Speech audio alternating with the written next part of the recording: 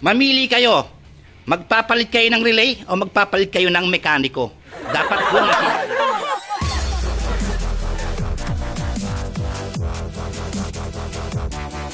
Meron tayong magandang topic mga Bekis, no? Pero bago ang lahat, shoutout muna ipaparaven. Ito po ay galing po na Antipolo. So ADB 160 full set. Mga boss, one relay setup, power appliance, no? Ito lahat yung mga nakabet. Pakita ko muna sa inyo. Start natin. Flex muna natin. So ito sa headlight niya, may patayan, harap likod, pati park light. Ito yung TDD. Ang tawag dito, Papa? Denominator? Dominator. Denominator tuloy. Dominator. So ayan. Okay. Ito yung spot niya, no? So passing, may MDL din po yan. Ito na may switch na MDL.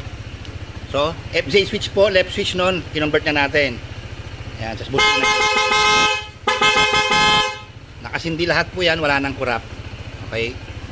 So, ang nakakabit po, ito. Ayan, Dominator, saka MDL na pangmalakasan natin. Ayan. Walang fluctuation, walang voltage drop. Kahit ibusina, hindi kumukurap. So, punta tayo sa topic natin, mga kabekis, no? Patayin natin.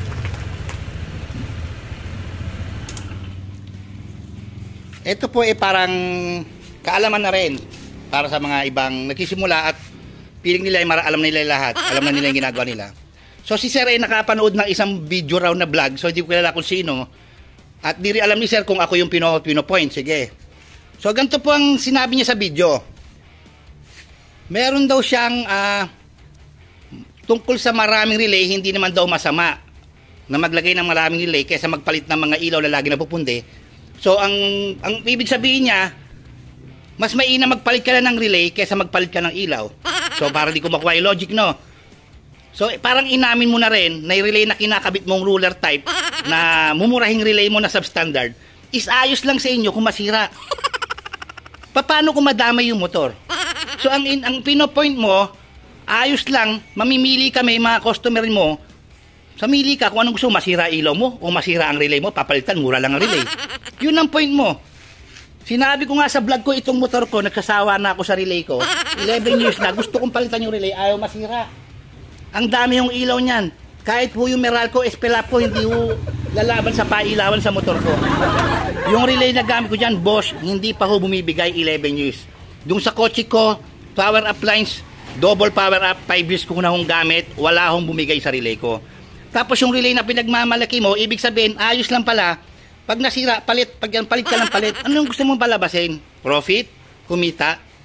Babalik yung customer sa'yo para palitan lang yung relay. Sir, relay, sira lang yung relay, palitan lang yan. Ganun ba?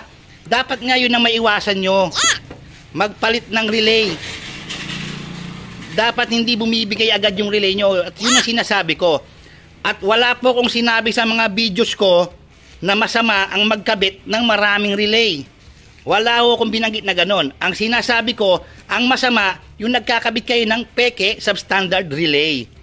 Yun po ang uunawaan nyo. Huwag mong lilituhin yung mga nanonood sa'yo, kabekis. Hindi tama yung ganong pinaliwanag mo pa sa social media na mamimili ang customer kung anong gusto mo, magpapalit ng ilaw o magpapalit ng relay. Mali. Mali ang pinapipili mo, kabekis. Dapat ang pinapili mo ganito. Makinig ka, no? Mamili kayo. Magpapalit kayo ng relay o magpapalit kayo ng mekaniko. Dapat yun ang sinabi mo. So sana may natutunan ka, no? Para hindi ka mapapahiya, kabekis. Salamat, Papa Raven. Shoutout, salamat. Ma'am, thank you. Ingat, Antipolo, salamat.